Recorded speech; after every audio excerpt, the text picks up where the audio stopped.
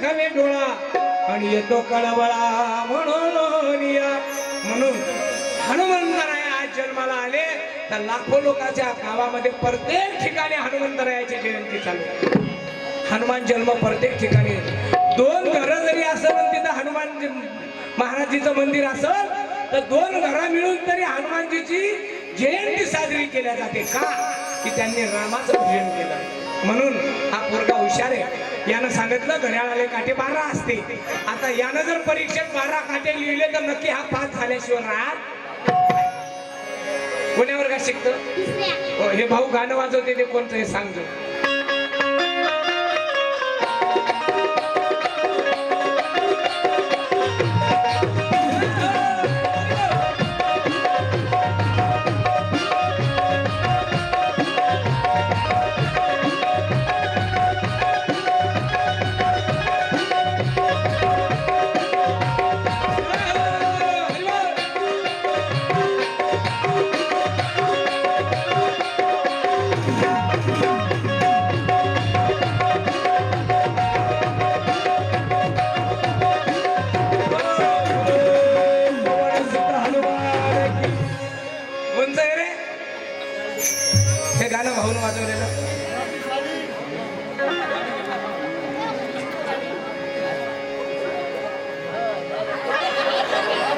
एवढ्या दुरून आला त्याचा मुका घ्यायसाठी. बस बेटा जाग्या. कोणचं या भाऊनं वाजवलेलं गाणं रे? हा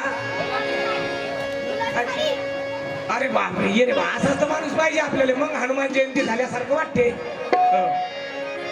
कोणचं गाणं होतं ते? गुलाबी साडी दिसते मी भारी राजा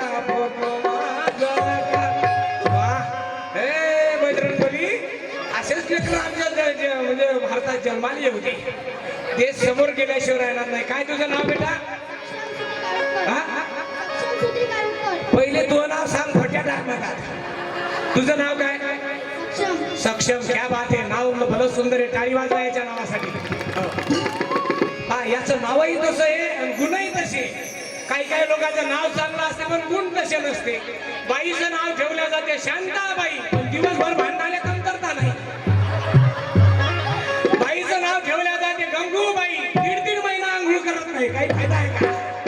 पण नावासारखं वागावं लागते. याचं नाव आहे सक्षम म्हणजे सगळ्या कामात सक्षम.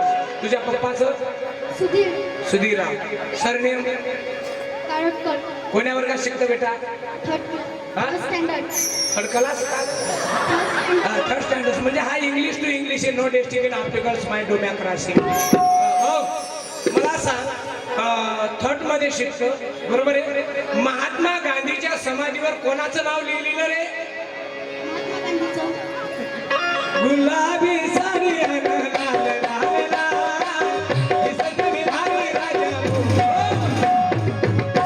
कोणाने शाळेत प्रश्न आलता का गुलाबी साडी हे गाणं कोण्या पिक्चरचं आहे? ते बरोबर सांगत नाही यानं.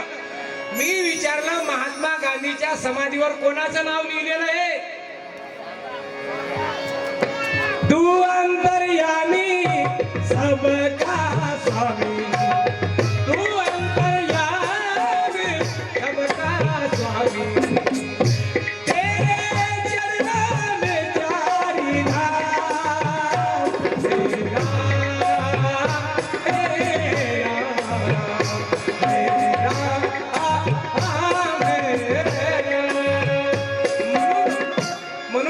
संत तुकडोजी महाराज म्हणतात भारता ग्रहण लागले आती गुलाम जण झाले तोडण्या येई बंधनान पाहण्या भारत आपुला.